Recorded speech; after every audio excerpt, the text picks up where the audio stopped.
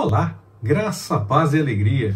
A porção de hoje recomendada para a leitura da Bíblia em um ano no plano sequencial é Isaías capítulos 56 e 57.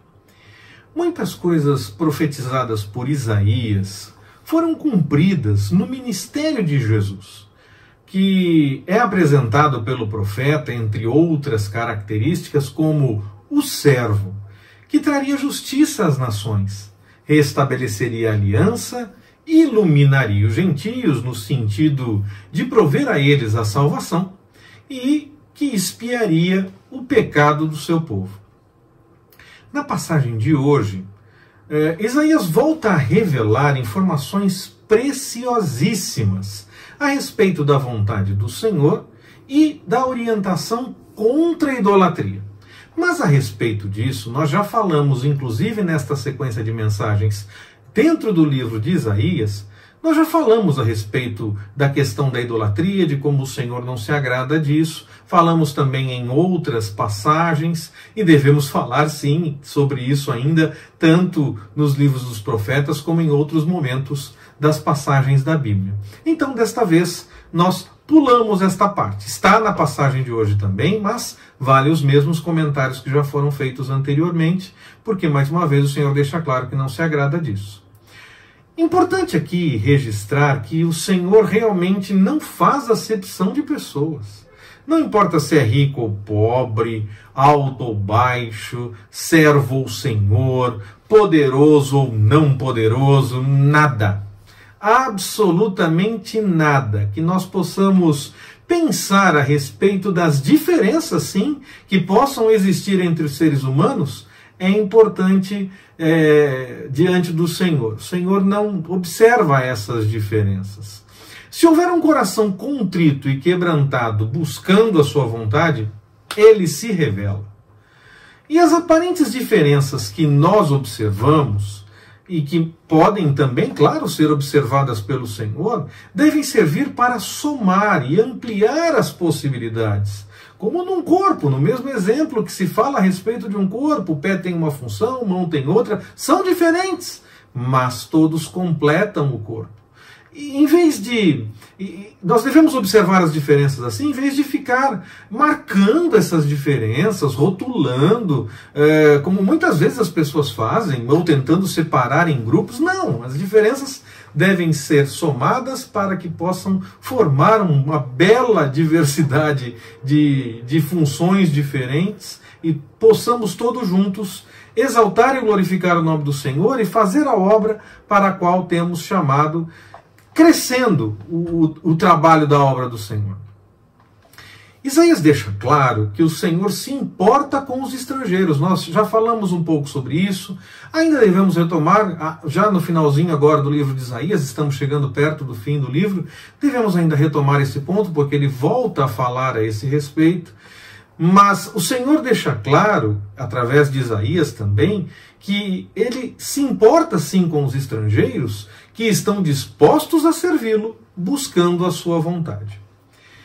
Durante a história, pontos da lei sempre aparecem em destaque. Mesmo dentro do cristianismo, que já não nos preocupamos com a severidade da preocupação de observar os pontos da lei, somos orientados pelo Espírito Santo a buscar e fazer a vontade do Senhor, mas mesmo dentro do cristianismo, às vezes aparecem algumas destas coisas.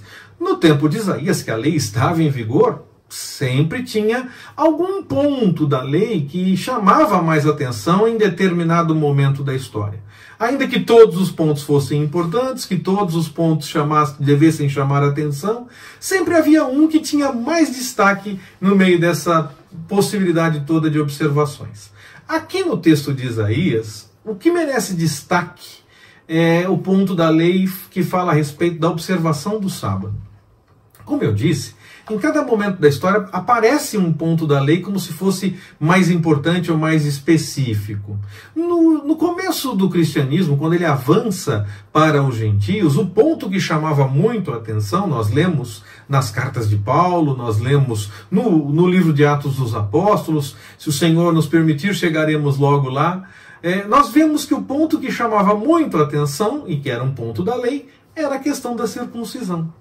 Até os dias de hoje, há um outro ponto que chama muito a atenção, e eu já comentei nessa sequência de mensagens a respeito disso, que por conta da falta de compromisso mesmo das pessoas em sustentar a obra, muitas vezes se levanta e se fala a respeito de pontos relacionados à lei, com punições e bênçãos advindas de observar uma coisa que se fizesse, lei pura e simples observação da lei, como era no tempo da lei, e nós não estamos mais nesse tempo.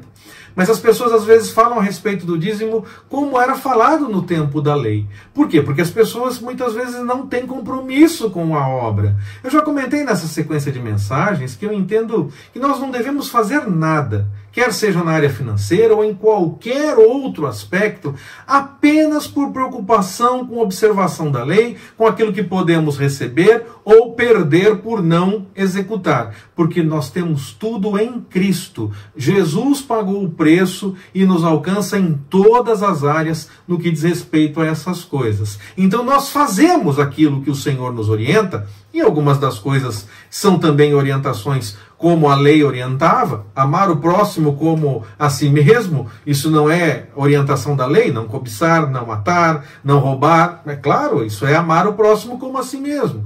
Amar a Deus sobre todas as coisas, nós observamos as coisas, mas não com a preocupação de receber isso ou perder aquilo. Nós fazemos porque o Espírito Santo nos impulsiona na direção de realizar a vontade do Senhor, porque temos compromisso com a vontade do Senhor e somos chamados a executar aquilo que o Espírito Santo toca no nosso coração para fazermos. Não porque vamos receber mais ou menos, mas porque já recebemos. Nós recebemos tudo em Cristo. Jesus levou sobre ele qualquer maldição e nele nós temos bênção. Ponto. Não há área da nossa vida que não seja alcançada por isso. Nós nos comportamos com compromisso diante do Senhor. Nós nos comportamos realizando a vontade do Senhor, não para receber mais ou perder alguma coisa, mas porque nós temos compromisso com viver de acordo com a vontade do Senhor. Eu citei esses dois pontos, a questão da circuncisão no começo do cristianismo, o dízimo que continua com essa interpretação que eu entendo que não está adequada, mas que as pessoas acabam fazendo por conta de um aspecto da lei e não por compromisso realmente com o Senhor, mas sempre aparecem pontos que tomam destaque. Ou alguns objetos, ou algumas... Vira e mexe aparece alguma coisa que ganha destaque e que está dentro da história, dentro da lei muitas vezes, dentro do que nós lemos a respeito da lei.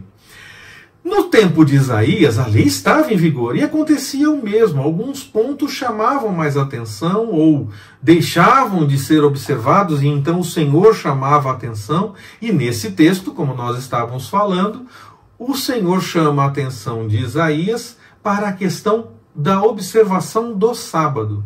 Esse era um tempo, por isso que o Senhor chama a atenção de Isaías, porque esse era um tempo para parar tudo. Era momento de buscar a vontade e a orientação do Senhor. Tempo de descanso e tempo de meditação e de busca da vontade do Senhor. Esse tempo continua muito importante para nós, ainda que não nos preocupemos com um dia em si, muito por conta das coisas que Jesus fez e disse, e também pelo que Paulo registra lá em Colossenses, capítulo 2, versículo 16. Mas para buscar ao Senhor, parando tudo, deixar todas as coisas do mundo, todos os nossos afazeres, e ter um tempo para buscar a orientação do Senhor, isso está sempre em ordem. Pode não ser com a observação de um dia específico. Está vendo? Nós fazemos sim muitas coisas que estão dentro da lei. Nós vamos parar tudo para buscar a vontade do Senhor. Mas nós não nos preocupamos com o detalhe de ser neste dia específico e nesse dia só pode fazer isso, não pode cuidar de outras coisas, não pode fazer outras coisas, não vai fazer em outro dia.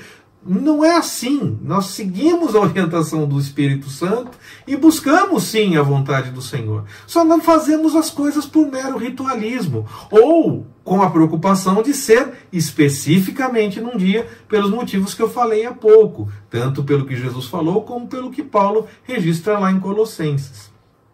Mas continua importante ter esse tempo para entendermos melhor as coisas do Senhor e para buscarmos a sua orientação. Se você deseja ter crescimento espiritual real e frutífero, é imprescindível que você separe sim um tempo com qualidade para adorar ao Senhor e aprender dele. Que o Senhor nos abençoe. Forte abraço, até mais, permitindo o Senhor.